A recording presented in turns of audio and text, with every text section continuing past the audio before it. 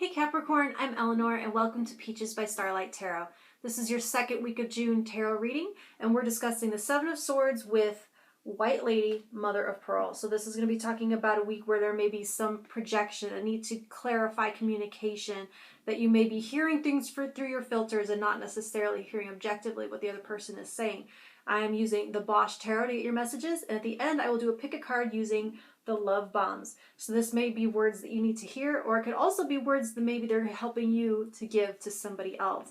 I'll choose 3 cards, so go ahead and set your attention if you want card 1, 2, or 3, and then set your intention with what it is you feel like you need to hear, or you could choose all the cards if you like. This is a general reading, so if you'd like a personal one tailored to your situation, my Etsy page is linked below. This week you have the 10 of Swords, the 2 of Pentacles,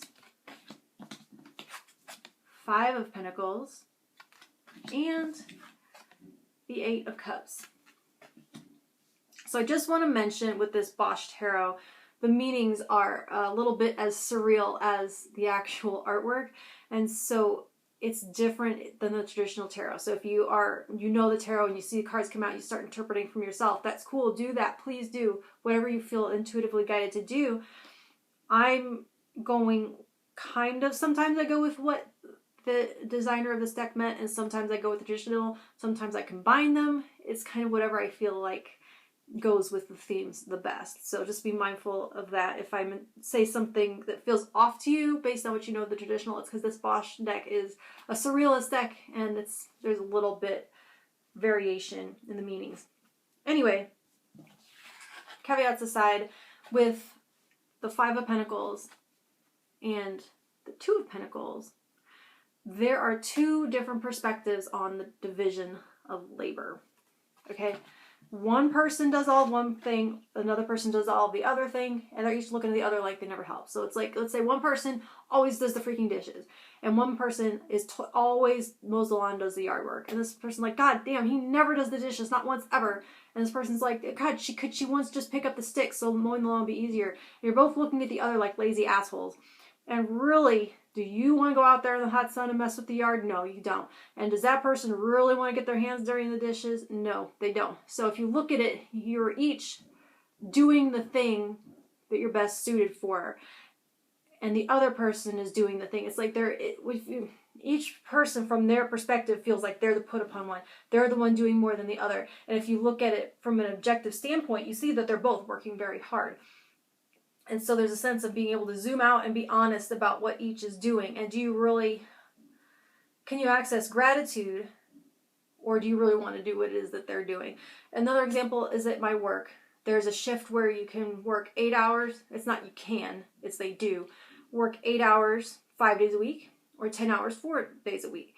And so at 2:30, when the 8-hour shift people are leaving, you can hear people bitching like, oh, I wish we could go home at 2:30, wah, wah, wah. And it's like, yeah, but you get a whole day to sleep in. You have 3 days off. Would you really trade that 2 hours to, have to get up early the next day again? And there's the same thing about them going like, oh, you get those nice long weekends. I wish I had that. And it's like, yeah, well, you also get to go home earlier. Like, do you really want what the other person has, or can you be grateful, see the whole picture, and see that there is actually balance in the situation?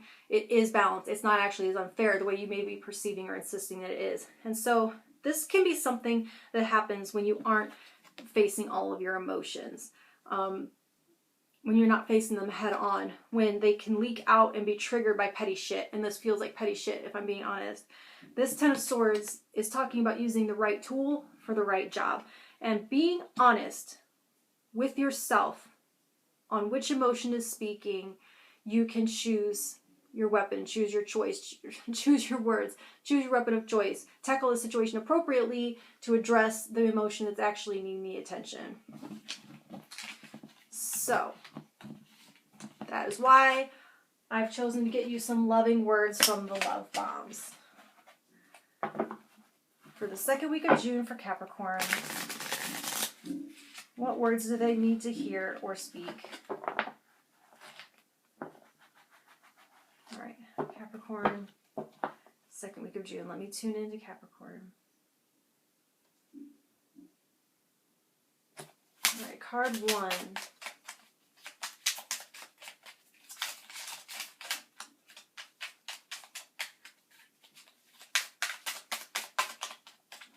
There we go. You're a great role model. Card 2.